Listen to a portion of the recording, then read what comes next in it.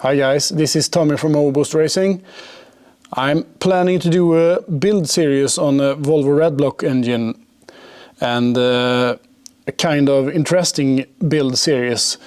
I'm planning to do this engine block. This is for my Volvo 240 project I have on the channel, and I'm going to prepare it for a 600 horsepower, going for it pretty cheap. So if you have an old Volvo and you want 600 horsepower, this is the series for you. If you are in a state that I am right now, then you have disassembled the head and you are aware of that metric system, metric bolts, millimeter, and I will show you some tools you will need to disassemble the rest of the engine here. So you will need to have some kind of impact driver, 12mm socket with a short extensioner, 19mm for the main bearing, 24mm socket for crank pulley, and some regular keys for oil pump and stuff like that. And then you will need to have a socket like one like this for the connecting rods. I think that's the most, yes, and the most common 10mm socket. There are a lot of 10mm on the Volvo engines. Before you take the engine apart, if you have the engine in a state like this, make sure that you drain the oil and take the water that's in the coolant pockets away, so you don't have this all over the floor when you're working on the engine. I'm planning to take this apart in this video here, and I'm going to show you how it's built. This engine is, believe it or not, it's a built engine. It's already done 600 horsepower. In fact, I dyno this particular block in 790 horsepower in my engine dyno. This is a beater.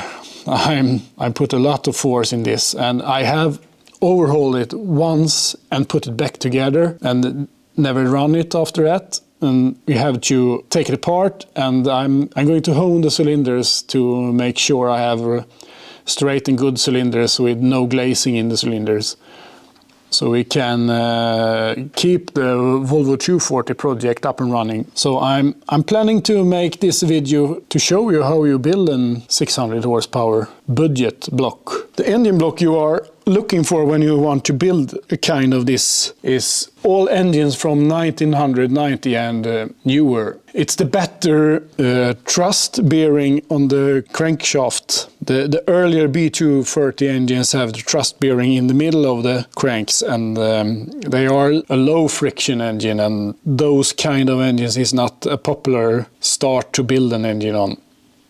So if you have an engine block from 1990 and like newer, you are good to go. And if you want to know where to find the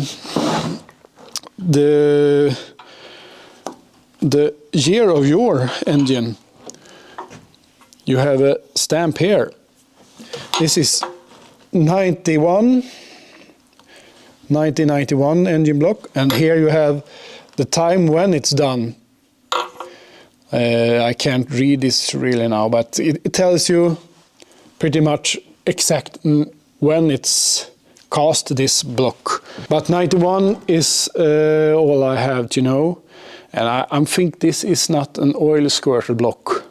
You don't have to have an oil squirter block. It's better if you have oil cooling with squirters on the pistons, but it will work without squirters.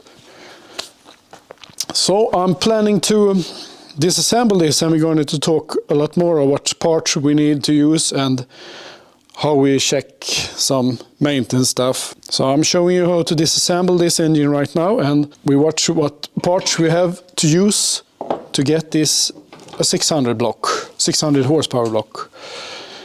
At first you have to take off the oil pan, and that's this 12 millimeters. And now I'm going to make some noise here, so I think I'm going to overlay some music for you.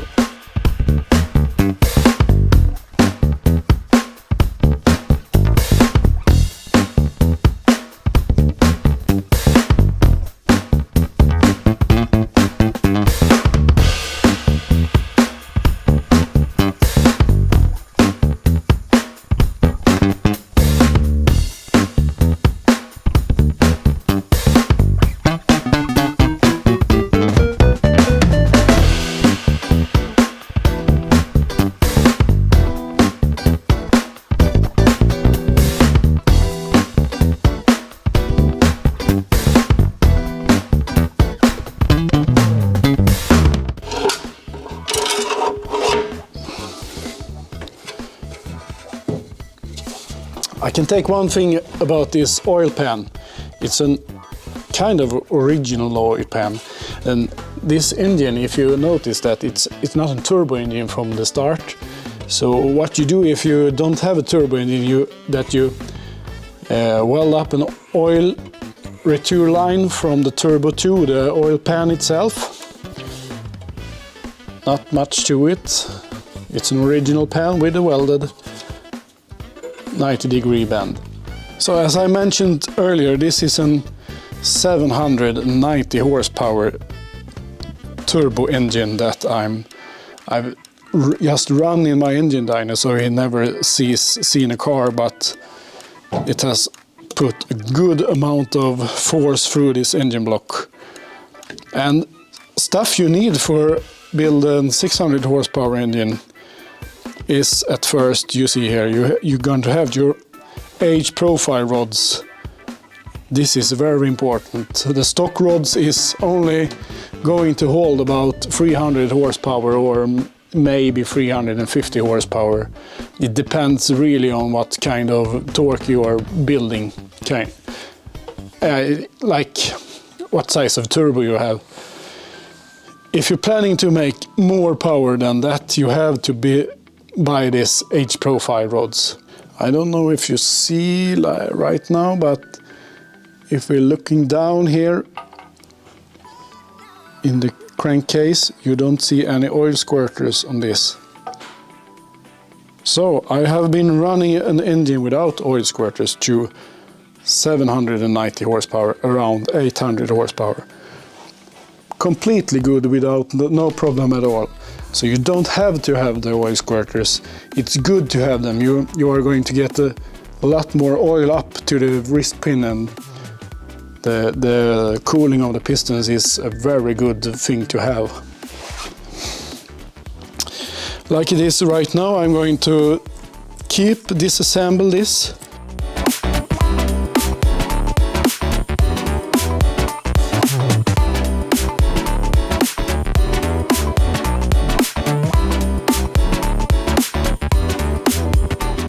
Here we have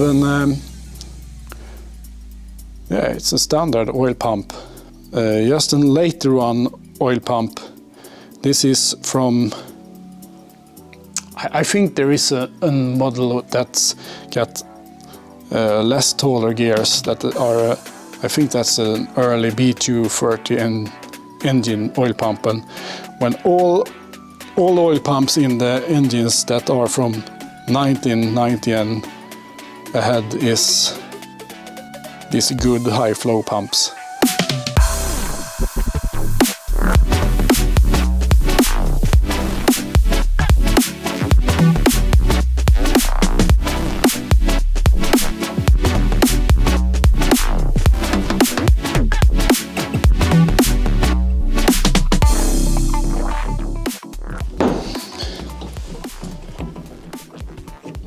Here we have as I remember, we have a custom part. This keyway is not in here as original, the keyway here. That's because of next thing.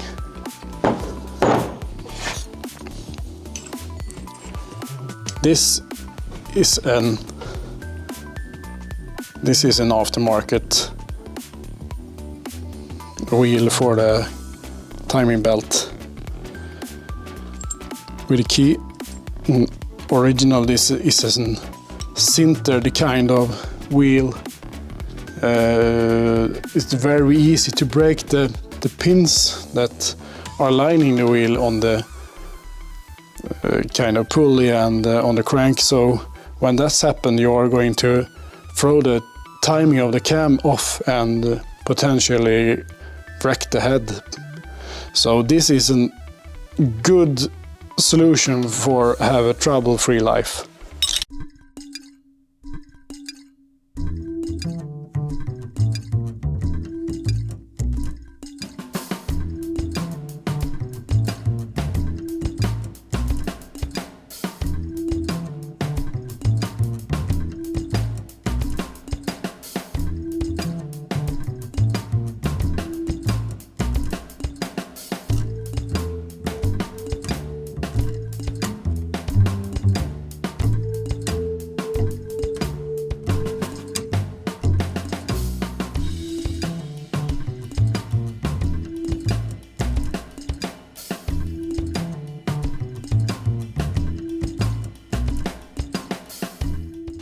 There are going to be a disassemble part of this series. There's going to be a prepare part when I'm honing the engine, paint everything, and show you some tips when you're painting these engines. There are some easy way you can make it happen.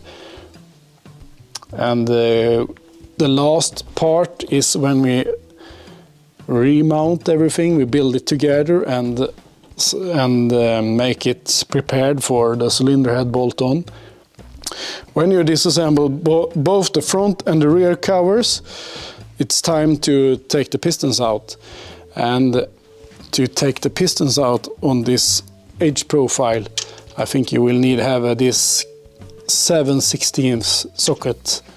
So we are doing that one piston by one piston, so we have everything under control. We knock it loose with the impact wrench.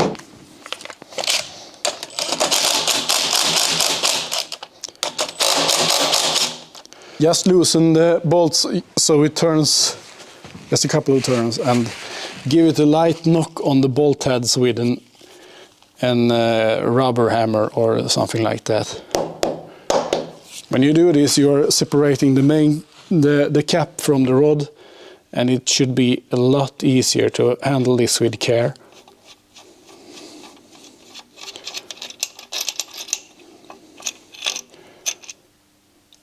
As I mentioned earlier, this is it's already rebuilt. This is the piston that have correct 790 horsepower. If you have worked with this engine before, you will see this is an Volvo original engine piston. So this is a beefy piston in the original engine. We are going to check the rings. I'm not, as I can remember, these rings got some question marks on them. They are some aftermarket rings with I don't really like them, and we have to check these rings if we can use some other rings to this. But the rod is a regular China produced rod. I can't remember where this rod's from. It was a lot of years I built this. You have the rod. The rod is the axial steer is on the crank. It's also in the piston, but if you're using aftermarket pistons, you have to choose where to make the rod to steer. I'm preferring to steer the rod on the crank side. One thing I notice when I'm disassembling the engine right now is this kind of parts. Engine assembly lube. They come in different sizes and different brands. In this particular engine, I use this Lucas assembly lube. And if you see here in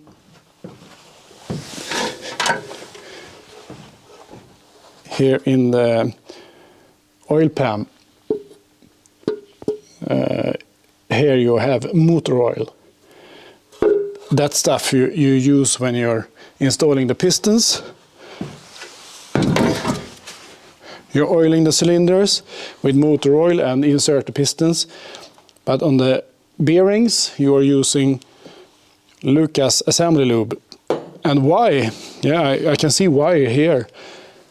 When I disassemble this, I can see a nice thick part of oil on the bearing surface. That's because this stuff is a lot more thicker and will hang on to the surfaces a lot more.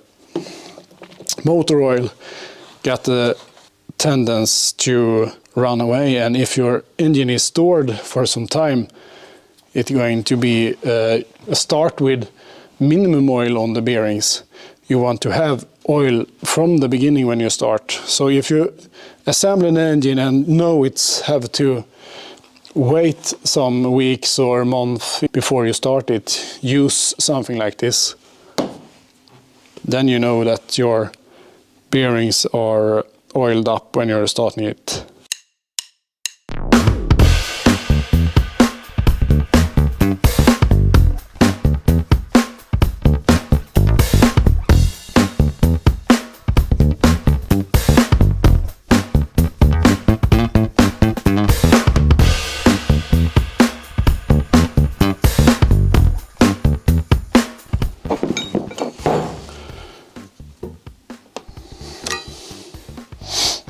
I'm going to take out the bearings because we are going to hone the engine and want these to be saved. We're going to use them when we are building this engine again. When you're at this point in your disassemble stage, it's time to check for cracks, abnormalities like abnormal wear on parts, cylinders, and check that they are in a good condition. There are no known issues in the block side of the B230 engines. The only thing I will suggest you to look at is at the top of the engine. Nej, jag vet inte, vändkant på engelska, vad fan heter det? One thing to check on this engine is if you have an extreme turning edge. This block is extremely good condition, and as you can see, you see the honing marks going in a crosshatch. But I'm going to re-hone this engine and make it good again for putting out a lot of horsepower. And as you can see here in the bore area here in the cylinder head, the deck surface, we have an O-ring. I have run this with an original head gasket and an O-ring inserted in the block. So this is a stainless steel ring that I'm milling down around the cylinder, that pressing the steel part in the head gasket. And with that kind of head gasket solution, you can run 800 horsepower if you use beefier head studs. The biggest step is accomplished. We have take out the pistons. Pistons is standard 230 turbo pistons. It's got a bigger dish in them. Standard B230 crankshaft. The only parts that's changed to make the engine keep this big horsepower output is the H profile rods, and I have this custom time belt pulley. That's kind of the only thing you have to change to get this a reliable 600 horsepower engine. And when I'm talking about 600 horsepower, it's going to be on E85. On gasoline, this is going to be a little harder to achieve. In the next episode of this build series, we are going to clean the block and we are going to paint it, hone the cylinders and make it ready for assemble again. If you like this kind of content and you want to see more of this build, please subscribe. And if you have some questions about this build and if I'm missing something, it's very easy for me to miss some information here. Please make a comment down below and I'm taking up all your questions in the next video, or the most common questions, I would say. I hope you find this interesting so I can make more English content for you guys. Thanks for watching. Bye.